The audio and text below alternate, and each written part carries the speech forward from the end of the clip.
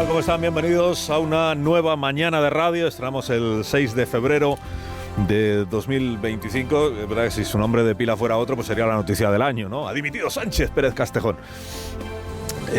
Pero moderen su euforia en Génova 13, moderen su euforia en los pseudomedios y no se vengan arriba ni Milei, ni Elon Musk, ni todos los enemigos que tiene nuestro presidente, porque quien ha dimitido es David y no Pedro, como hemos explicado ya sobradamente. O sea, el que ha dimitido no es el Sánchez especialista en la agonía de Franco y los algoritmos de Elon Musk, sino el músico David Sánchez Pérez Castejón, hermano del presidente, lo cual no es ni mérito ni demérito suyo, porque a los hermanos no se los elige.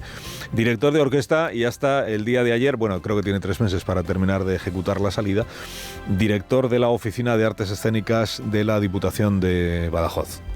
Ha comunicado su renuncia. En las crónicas dicen que de forma unilateral, que supongo que es la forma larga de decir que dimite, vamos, o sea que cesa en el puesto por voluntad propia y sin dar más explicación.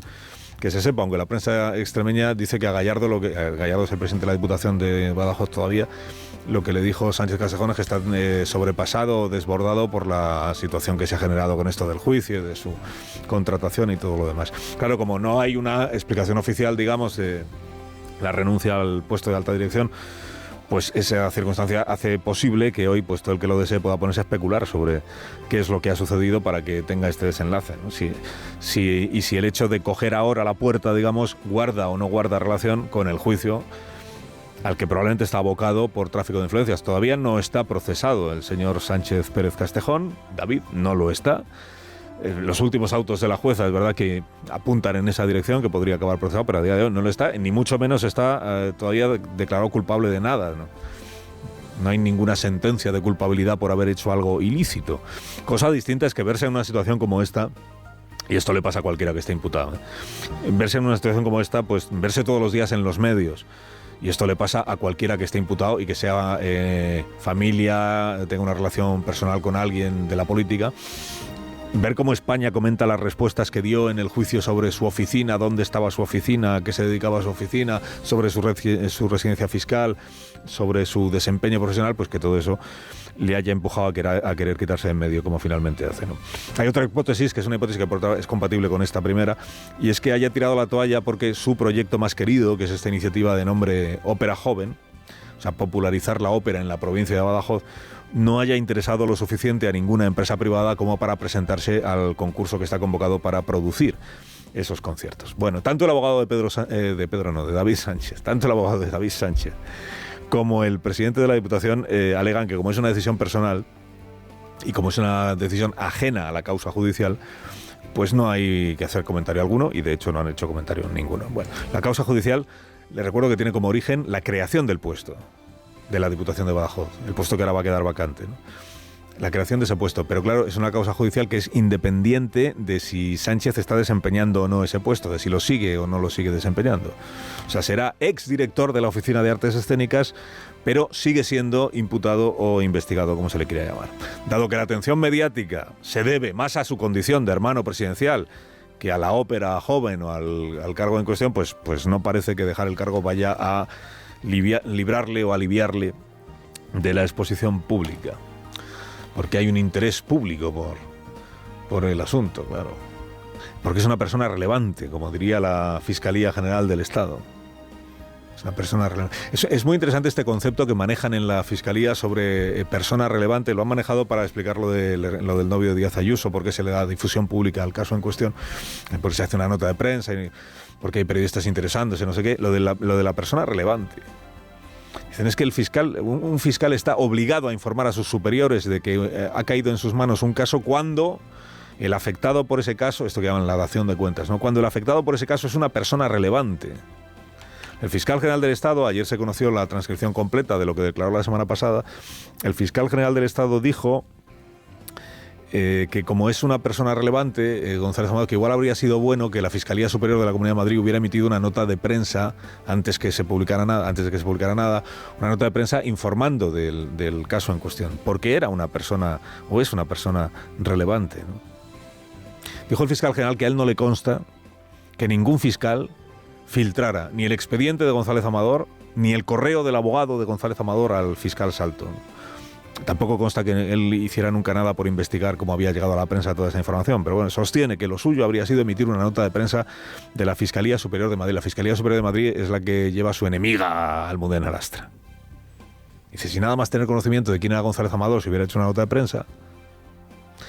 Y dijo el fiscal general, según la transcripción, dice, porque como se ha hecho en otros casos, con personas pues relevantes como Carlo Ancelotti, como Xabi Alonso, como Borja Thyssen, que con todo el afecto al fiscal general del Estado, no sé yo si un Ancelotti o un Xabi Alonso son comparables con un tal González Amador, cuyo grado de popularidad pues era tan escaso que la directora de comunicación de la Fiscalía General, después de que un periodista llamara preguntando por la empresa Maxwell Cremona, ya llegó a su casa y se puso a bichear en Google, según declaró también ella misma, para ver si la empresa esta tenía algo que ver con el tal González Amador y si ese González Amador era alguien conocido. Y dijo, pero si es el novio de Díaz Ayuso. Es un debate interesante digo, de la relevancia como motivo para que se dé comunicación a la opinión pública de un caso de fraude fiscal o de presunto fraude fiscal. O sea, ¿cómo se mide la relevancia y qué significa ser una persona relevante? Si equivale a ser famoso, por ejemplo. Y si el novio, bien poco conocido entonces, de una dirigente política, tiene que convertirse en famoso cuando el delito fiscal presunto es en efecto suyo o cometido presuntamente en efecto por él, pero la relevancia o la notoriedad en realidad no es de él, sino de su novia, la política. Bueno, es santo y seña de nuestro gobierno de coalición no haber salido de un charco y ya estar dándose manotazos en otro. Gracias al diagnóstico de dos especialistas en el gabinete de Pedro Sánchez, bueno, tan especialistas que son las dos personas que van detrás de él en la jerarquía y de las más veteranas, gracias a su diagnóstico, doble diagnóstico, sabemos que en la coalición de gobierno habitan populistas, mira como Trump, pero del otro lado de izquierdas, populistas de izquierda y neoliberales. Una suerte de agentes encubiertos de la desregulación que han hecho nido en el Ejecutivo socialdemócrata e izquierdista de Pedro Sánchez. Escuchemos la voz autorizada de estas dos vicepresidentas. Primero usted, Yolanda Díaz, ya que estuvo ayer aquí. Tengo una paciencia infinita. Con cuerpo. Con cuerpo y con todo el mundo. Hay neoliberales dentro del gobierno. Sin lugar a dudas. No tengo ninguna duda. No tengo ninguna duda. Sí, sí. Ojo, que ser neoliberal para Sumar es una de las cosas más terribles que le puede pasar a una persona. Dicen, no te convierte en mala persona, pero sí te convierte en alguien profundamente equivocado y perjudicial para los intereses de la gente corriente, ser neoliberal. Bueno, María Jesús Montero, que no consta que haya tenido nunca la tentación neoliberal, ella empezó en el comunismo, María Jesús Montero, el otro día cerró un mitin parafraseando al Che Guevara, pero sí debe de verse ella misma como antítesis del populismo, porque fue esto lo que le achacó populismo a su fraternal colega de gabinete, la vicepresidenta Díaz, por insistir Yolanda Díaz en que la subida del salario mínimo tendría que quedar exenta de nuevo de la tributación en el IRPF. Esta es una fotografía sonora de familia, mire. Una renta salarial en España que alcance los 16.500 y poquito más de euros al año tiene que tributar en España. Yo digo que no. Hacer discursos populistas me parece que no conduce a nada. Entiendo que no se refiere usted a Yolanda Díaz. Pero me gustaría que hiciera hincapié también en la pedagogía fiscal, ¿no? Porque ese planteamiento se puede ver muchas veces cuando asistimos al debate público en el que se demoniza el que los ciudadanos tengan que contribuir de forma justa al pago de sus impuestos. Y creo que todas y todos tenemos que contribuir a ese debate, sobre todo desde un gobierno de izquierda y desde formaciones políticas que son progresistas. Fíjate que decía Susana Griso, decía sutil, dice, no lo dirá por Yolanda Díaz. Pues sí. Por Yolanda Díaz lo decía María Jesús Montero en Espejo Público.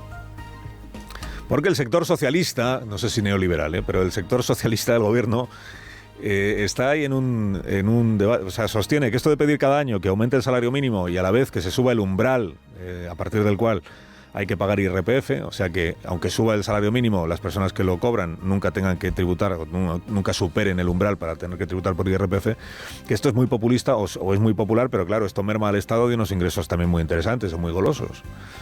Y si el asalariado cobra más, aunque sea con el salario mínimo, pero si sus ingresos, su renta aumenta, su renta personal, pues ¿por qué va a tener que estar exento de tributar, aunque sea el tipo mínimo, como tributa el resto de los asalariados en función del salario que tengan, de la renta que perciban? Bueno, eso es un debate, es que está sin resolver todavía, o sea, todavía no se ha tomado una decisión.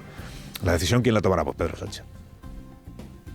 ¿Es probable que al final Pedro Sánchez decida lo mismo que estaba planteando Yolanda Díaz? Es probable. es probable. Pero entre tanto, claro, seguramente también hay algo de, en la declaración de Marisol Montero, también hay algo de no te metas en mis temas, Yolanda, ¿no? Que esto es muy de los ministros y ministras de Hacienda que siempre ha habido, ¿no? No te metas en mis cosas. Pero bueno, o sea, imaginar las deliberaciones del Consejo de Ministros en estos términos, ¿eh? Anda, no me seas populista. Bueno, ya habló el neoliberal. No, neoliberal es satanizar los impuestos, amiga mía. Pues populista lo serás tú, ¿no? El presidente diciendo orden, que aquí lo que somos es socialdemócratas, ¿no? Y Óscar López recordándole el algoritmo, presidente, no te olvides del algoritmo. O sea, imaginar las deliberaciones en estos términos es mucho más entretenido que pensar que discuten sobre quiénes entre ellos son buenas personas y quiénes son personas rematadamente malas. El presidente Sánchez, en sus mítines, en sus discursos diarios, ha sustituido a Donald Trump, al que hace tiempo que no nombra, por Elon Musk. Bueno, ayer tampoco nombró a Elon Musk, pero estaba pensando en él, el supervillano. Ayer habló de nuevo el presidente, advirtió sobre la tecnocasta y el algoritmo.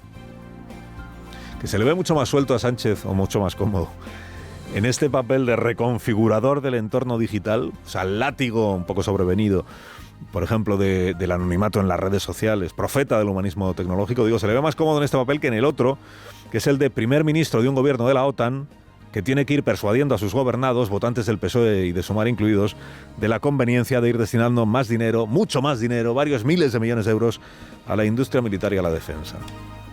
Yolanda Díaz, que ayer dijo en este programa, por cierto, que aún no sabe qué va a hacer con su vida, o traducido, que cargo orgánico en Sumar no quiere, pero que repetir como candidata a la presidencia igual sí que quiere. Solo que esta vez sospecho que ya no sería por aclamación, sino solo si le dejan. Yolanda Díaz aquí marcó ayer una línea de choque total con la parte socialista del gobierno, o sea, con Pedro Sánchez, en esta materia concreta de la defensa. Si el gobierno de España hoy incrementa en los próximos presupuestos del gobierno al 2%, no hay capacidad productiva en España para acometer esto. Esto no se puede hacer en un ejercicio presupuestario, solo lo podríamos hacer si la propuesta política es comprar armas a Estados Unidos. Esta no es nuestra propuesta. Añadió la vicepresidenta que lo de salirse de la OTAN hoy no es realista, aunque me dio la impresión, pero esto es una pura impresión, de que si se pudiera, tampoco le disgustaría salirse de... Hay quien sostiene que no presentar presupuestos generales del Estado este año alivia a Pedro Sánchez de esta gresca interna y externa con su propio electorado sobre el gasto militar. Se va ampliando el gasto militar a base de créditos extraordinarios, de decretos excepcionales, en fin, medidas especiales, y así se evita tener que debatir en público con sus socios, empezando por Sumar, sobre cuánto de seguidista es su política de defensa de los gobiernos conservadores de la OTAN y de Estados Unidos. Pero cuando estaba Biden, al menos estaba el comodín ese de que quien pedía más inversión en defensa era un presidente progre, que era Biden, progresista. Pero ahora que está Trump, este que quiere reurbanizar Gaza, ahora que está Trump, darle la razón en cualquier cosa será interpretado a la izquierda de nuestro presidente como servil sometimiento a las órdenes del nuevo emperador del populismo. Carlos Alsina, en Onda Cero.